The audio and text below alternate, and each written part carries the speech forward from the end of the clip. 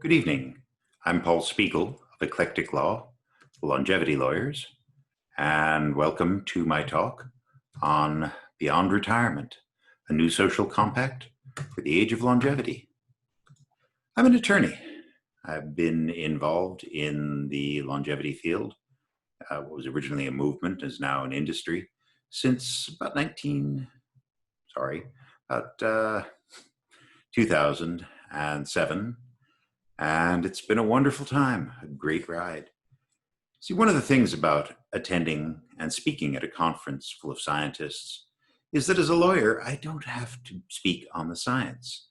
Scientists work on what we can do, and lawyers think about what we do when they achieve that goal. Now, this is interesting.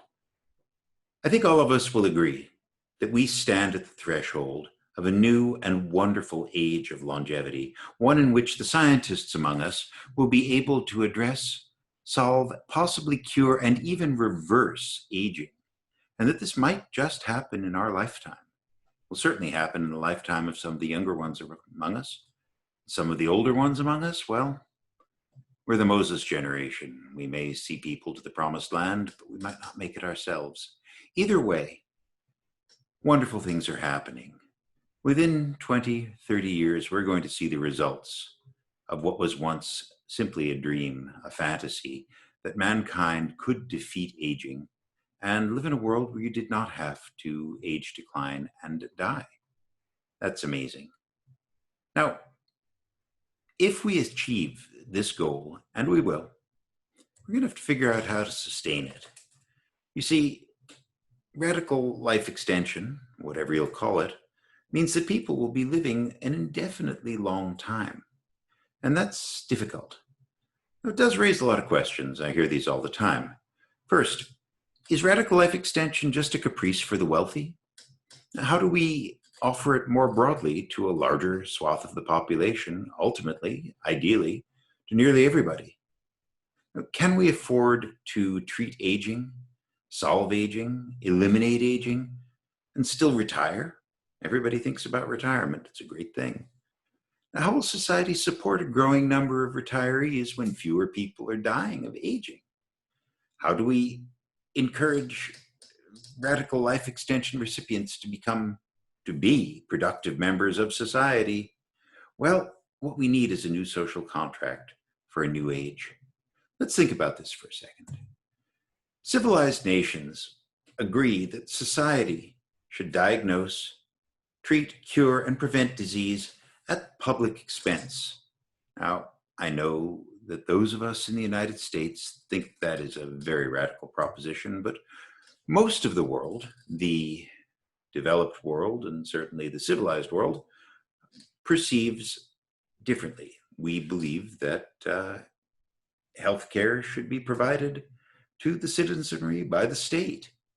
And that's a wonderful thing. I'm a little bit sorry about what we do in the United States. It's kind of embarrassing, but this is how we deal with it. Now, in a world where aging is recognized as a disease, it will be treated like any other disease. And that means the treatment for aging will be provided at society's expense.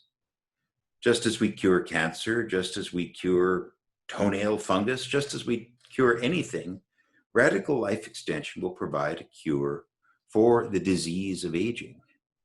Now, when it does, we're going to have to deal with it. So the question is radical life extension mainly an aspiration of the very wealthy? And yeah, it is. And I think that's a great thing, and you should too. You see, as Ray Kurzweil once observed, the wealthy always get the best technology first, usually before it's perfected. Does anyone remember the first cell phone? Yes, it was big, it was boxy, it was clunky, it didn't really do much except make phone calls, and even then rather imperfectly, and it was remarkably expensive. The price of a cell phone when they first came out was almost $4,000, which is nearly 10,000 US dollars, current exchange rates, and the cost of a call per minute was 45 cents, which is the equivalent of $1.11 today. So, yes, this was the best technology, and of course, the wealthy got it first. Who else could afford it? But as we've seen, early technology for the wealthy often translates, almost always translates, to improved technology for everybody. Now, this picture is no joke. This is a Maasai herdsman in Kenya. You can see to his left, he's got his spear and he's got his simi in his belt. It's essentially a machete. And he's got his cell phone to his ear, just like so many other people in the world today. Improved technology for everybody grows out of early technology for the wealthy. Now, I heard a statistic the other day that when you take the world as a whole, more people have access to a cell phone than they do to a toilet. Think about that for a minute and ask yourself if you really object to the idea of the best technology originally going to the wealthy. It will come down to everybody if we just make it work. So that means we have to consider what's going to happen to people as they cease to grow old and die. For that, we have to consider our current system. Our current system is one of retirement, decline, and death. It sounds grim, yes, but that's how it works. We age, we retire, we decline, we deteriorate, and we die. Now, this present system contemplates retirement at a relatively young age, after which you receive government benefits paid for life. It works only with finite, reasonably predictable lifespan. Pretty short lifespan, considering what we're considering these days. It also requires an increasingly high age for participation because there just isn't enough money there. And you have to basically accept that it's unsustainable with an indefinite healthy lifespan. Now let's look at some mortality figures. When retirement was first being considered by Western nations, let's say around 1900, the average person did not quite make it to age 60. Less than 50% of the population lived to age 60. So they set the retirement age at 65 on the theory that the amount of time that people would have to pay retirement benefits would be relatively short. But 50 years later, that figure didn't hold anymore. Almost 80% of the public lived to be 60 years old, which changed the numbers substantially. Now, if you look at 2100, not that long from now, it's 80 years from now, you will see that more than 90% of the public are expected to live beyond the age of 65. And of course, if we cure aging, then nearly everybody will. The only people who will be dying will be those who die in accidents or in unavoidable circumstances. They fall off their motorcycle, they get hit by a truck or shot in a random shooting.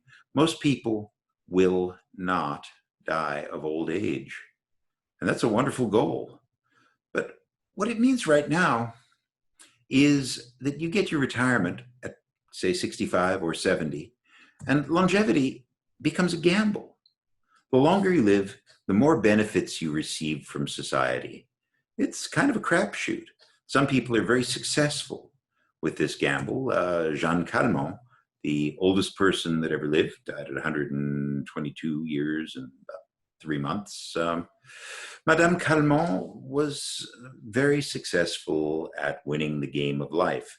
She was so successful that when she was 90 years old, she signed a contract with her notaire, which is a French sort of quasi-lawyer, offering to sell her apartment to him en viager. It meant that she got to live there for the rest of her life and receive a stream of income payments as long as she was alive. And the notaire obviously thought this was a wonderful thing because Madame Calment at the age of 90 couldn't possibly live very long. Well, the notaire did not outlive Madame Calment, and his heirs ended up paying her monthly stipend for so long that they could easily have bought the apartment outright several times over if only Madame Calment had not lived so long and been successful in her unintentional gamble that she would be the longest lived person that has ever been known.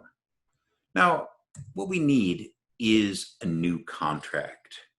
It will provide universal radical life extension. People will receive this at society's expense. But because it's unsustainable for people of indefinite lifespan to continue to collect government benefits for an indefinite and very long period, they will have to relinquish their claim to retirement at society's expense. Essentially, they're going to exchange indefinite lifespan for indefinite productivity. They're going to enhance society's resources instead of depleting them, and they'll still receive care when needed at society's expense. Now, this means that longevity is no longer a gamble. Longevity is a privilege. The longer you live, the more you can contribute to society. That is a wonderful thing if people are going to live indefinitely. Let's compare and contrast the old social contract with the new social contract. In the old one, you contribute to society, ideally. You work until a certain predetermined age. Then you enjoy social support for the rest of your life. But that lifespan is indeterminate only in that you know it's going to end fairly soon.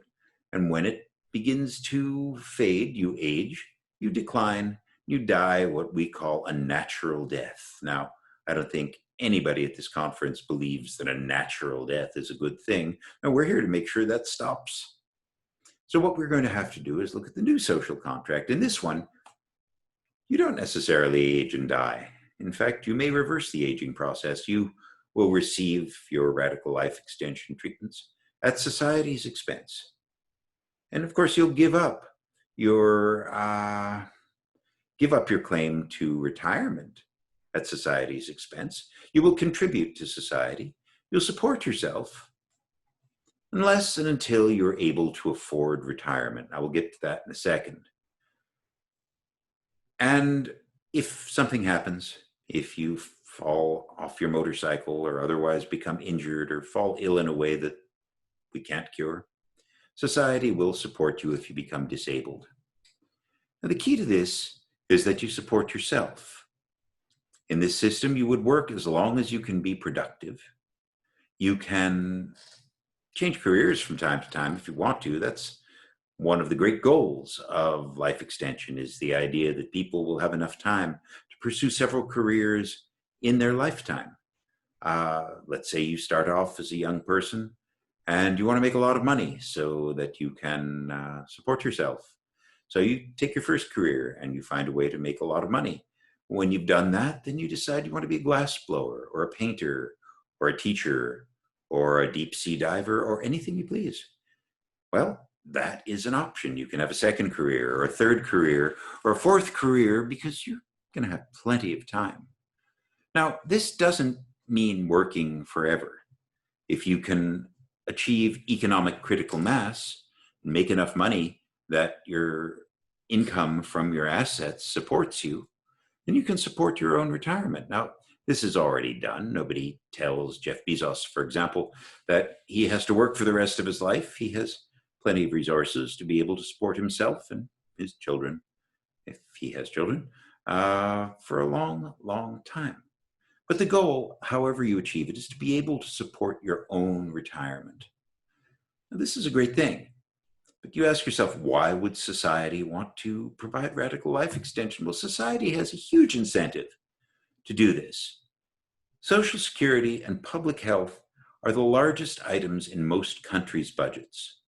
In the United States, we spend 22% of our budget on Social Security, and globally, public health takes up 17% of nations' budgets. Now, this will change if we achieve radical life extension. It will reduce social expenditure, and it will promote productivity in ways that we are only now beginning to truly envision.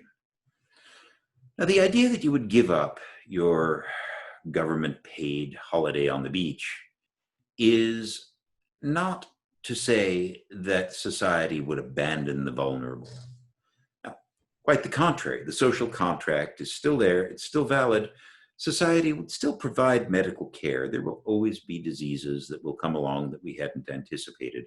In the age of coronavirus, we're quite aware that no matter how good medical care gets, something will still come along and require us to make new discoveries, to deal with new challenges, and ultimately to prevail, which, by the way, we will. Have no doubt about that. Society will still provide disability payments because no matter how good medicine is, people will go for a hike and fall into a ravine, or go scuba diving and find themselves in trouble, or ride a bicycle and get hit by a car, or ride a motorcycle and run off the road. Disability is still going to have to be there. But in exchange, people are going to be living a long time for these radical life extension techniques, and they're going to have to agree to contribute to society indefinitely, but only for so long as they are able to do so. Now, if something happens, we need to provide universal basic income to provide an economic baseline. People may not always be able to support themselves. That is the idea, but a UBI will have to be implemented so that if something happens, you're not just left out in the cold. Now, the idea that somebody should work for as long as they're able, and that could be a very long time, does not mean that society should create a condition of servitude. Quite the contrary. The age of longevity will be one of liberation, people to be able to do things they never had the time to pursue, opportunities for personal growth, to go out and study a musical instrument, to learn about Babylonian architecture, to become philosophers, to do all the wonderful things that we've never really had the time to achieve because we've been so busy earning a living that we never had the time for anything else. People will be able to pursue leisure time. You'll have vacations, a lot more of them than you do now, if only because you could live to be 150 or 200 and live in a state of physical health that allows you to pursue these leisure pursuits. You could also engage in exploration of all kinds, take a boat down the Amazon. What a wonderful idea. And society should also provide for periodic sabbaticals. Just as they do in academia, perhaps every 7 years or every 10 years, you should be able to take a year off, do whatever you please, perhaps pursue a new career, a new hobby, a new avenue in life that you've never thought of before. Maybe you go back to your old career, or you start a new one. That would be a great option. Maybe you just want to take up windsurfing at the age of 120. Maybe you want to take a holiday on the beach for a year. You can do that as well. The point is that people should have options with what to do with themselves. And actually, they should have options also as to whether or not they want the bargain that is being offered. Now, the new social contract doesn't require anybody to abandon the old one. Somebody does not want to live a long time, and you hear this all the time. People say, what if I don't want to live to be 150? Well, that's fine. If you choose not to receive radical life extension therapy, you don't have to. You can still receive your socially funded retirement as you age and die. And people who need it and those who want a normal old age will be able to live that normal old age, and they will age, decline, and die just like people always have. But those of us that choose otherwise will sooner or later be, forgive me, it's harsh, we'll be rid of those people, and we'll be able to move on to the new age of longevity for everybody. Now, in summary, we need a new social contract to provide radical life extension for anybody who wants it. In exchange, recipients will agree to productively contribute to society for as long as they're able. Society will only support those who are unable to care for themselves, subject to the universal basic income provision that we discussed earlier. That will not provide a huge amount of support, and most people will have the incentive to continue and do better. Sabbaticals will be there to provide incentive, to allow for personal growth, for exploration, for all those wonderful things that many people don't have time for right now. It might even provide time for a nice holiday on the beach. Thank you very much for listening to this presentation. I hope it was productive. I want to thank my collaborators here, Christina Cook, Lisa Turchinsky, Sandy Kleiman. I also want to thank the various organizations for their support. Libertas Biomedical Inc., the American Longevity Alliance, the Institute for Exponential Sciences, and of course, the Life Extension Advocacy Foundation, on which I proudly serve as a board member. I'm Paul Spiegel, Eclectic Law. Thank you for watching this presentation.